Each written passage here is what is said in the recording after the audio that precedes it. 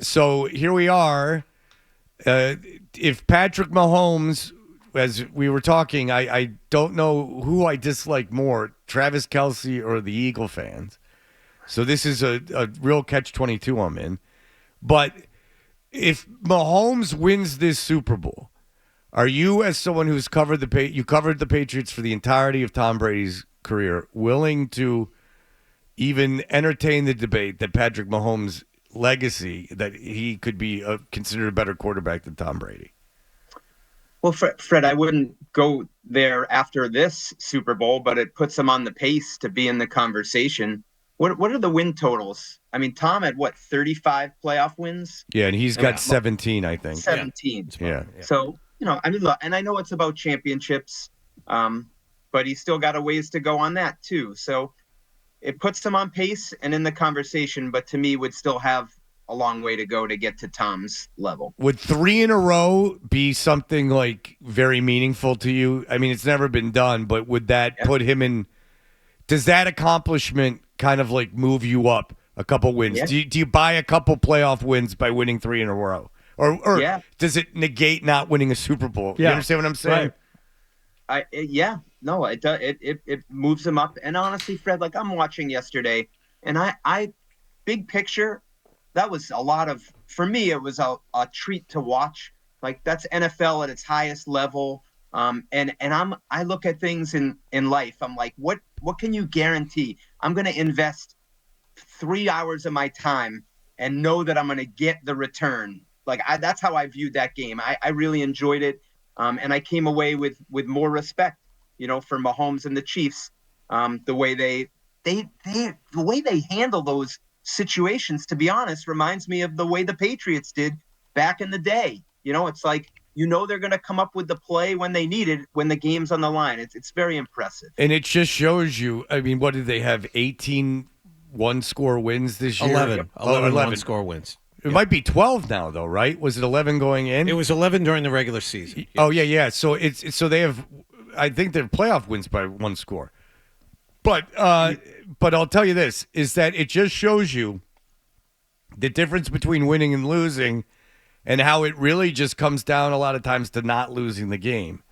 You know what I'm saying? In that how many of those games that they've won, those one-score games, could have gone the other way. It's just that ability and that calmness in those situations means everything to win a championship. And Fred, so much of what I learned about football came from Bill Belichick over the years. And one thing he always said was his best teams, the champions, were the ones that played their best, when the stakes were the highest. And sometimes that comes down to one or two plays. And the Chiefs have it. And I actually picked the Bills, to be honest, guys. I thought this was the Bills' time. They don't have it yet. It was there for them. There were plays to be made, and I know the officiating could be a conversation. And that's interesting to me. But I still think the Chiefs. I respect the fact that they made the plays that they had to make in the end to win, offensively and defensively. Okay, I want to hear what plays you thought specifically stood out, but before you do that, do you think Josh Allen was the biggest, I guess, reason why the Bills may not be ready, especially in certain situations when he's got the ball, and some of it is play calling on the third and fourth and shorts, but to me that was the biggest contrast. Mahomes once again came through. Josh Allen, as good as he is, I'm not sure that he's still ready. He's real close. He's as ready as he can be without being ready, but I don't know if he is. So Hardy, just real quick, the two plays that come to the mind off the top of my head was the final third down play, to P. Ryan. Like, you got to run out the clock and finish with the ball in your hands. Yep. Like, that's a brilliant play call, execution. So that's and then on fourth down, to get the runaway rushers defensively for the Chiefs to force Allen into what I thought was actually a great throw. And I for me, guys, a lot of what I watch, I always relate it to the Patriots. And Dalton Kincaid, it's fourth down. That's a hard catch. but I don't know if any other Patriots fans or you guys thought this, but I thought to myself, Julian Edelman in the Super Bowl against the Falcons makes that catch. Yep. And that's why the Patriots won the game. If Kincaid makes the catch, like our whole conversation might be different here. So I guess I don't pin it as much on Allen. There were plays to be made, but I felt like it's a little harsh for me to pin it on him for not making them. But how do you view Josh Allen? Is Josh Allen a guy that's always going to lose to Patrick Mahomes, or is this part of the learning process? For example, Peyton Manning, great player, one of the best quarterbacks ever, kept running into Brady and losing. And finally, that AFC Championship game in Indianapolis, he managed to come back and got over the hump. Is that the path that Josh Allen is on? That's my view of it, John, but that doesn't mean it's the right view. I think he's a special player and his time will come, but we could say maybe the same thing in a way for Joe Burrow, right? And for Lamar. And I guess ultimately so that's the way I feel. I do feel like Josh's time will come. I thought it would be this year. And I don't necessarily pin it all on him that it didn't happen. Like, I'm curious, and I want to go back and look at this. I thought James Cook was running the ball well, and he sort of disappeared at the end of the game. Do I have that wrong, or did you guys feel somewhat similarly about that? I know that he was picking up big chunks of yards in the fourth quarter, and then maybe they did go away from him. I'll have to check. Well, they had to go away from, I think, on the second to last drive, because the Chiefs figured out a way to stop the run enough to where they. And I was actually yelling for them to throw the football a little bit more. Okay. So and that was on their last touchdown drive, where I thought, all right, they've sniffed this out. You guys don't have the wherewithal or the clock to just grind them down and grind out 3 yards at a time anymore. You need to throw the football. You need to keep them honest. But they also took Cook off the field a couple of times to run Davies, to run Johnson. It was a little strange. Yeah, in the second to last drive, they ran a bunch, but they did run Ty Johnson on 2nd and 4, but he picked it up.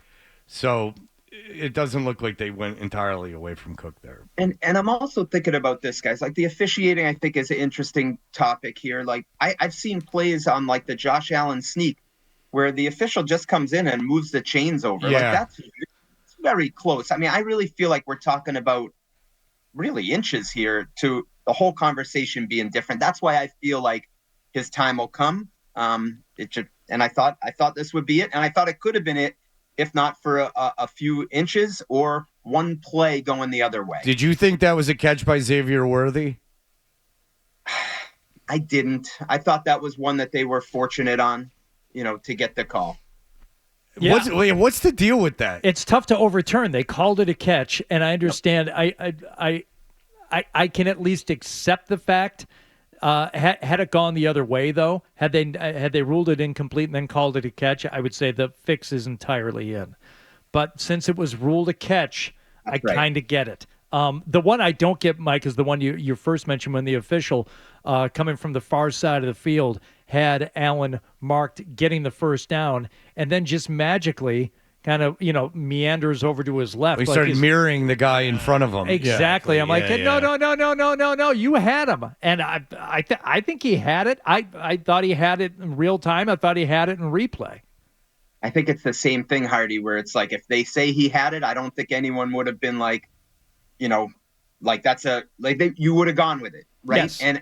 And if I understand officiating, and I actually do enjoy this aspect of covering football, of the officiating mechanics, I think they defer to the official coming in off the sideline that's closest to where the run came. So you remember, Allen went to his left, so they're going to go to the official that spotted it on that side, right? So we're talking about the official at the top of the screen that didn't have as close of a view, and I think that's the mechanics of what happened. But again, this comes down to, do we need to get a chip in the football, guys, to show whether he got to the line? We're still relying on imprecise measurements in a game that, is what, $1 billion industry, right? And that's one where Bill Belichick used to say, do we need to have a bake sale here to get the funds together to get the right technology to make sure we make the right calls. Where does it stop, though, Mike? I mean, because if you ask for chips in the football, then people are going to want chips in the knee pads. They're going to want chips in the elbows. They're going to want chips on everything Did that. someone say chips? Yes. That's right. That's right. Hardy, I know.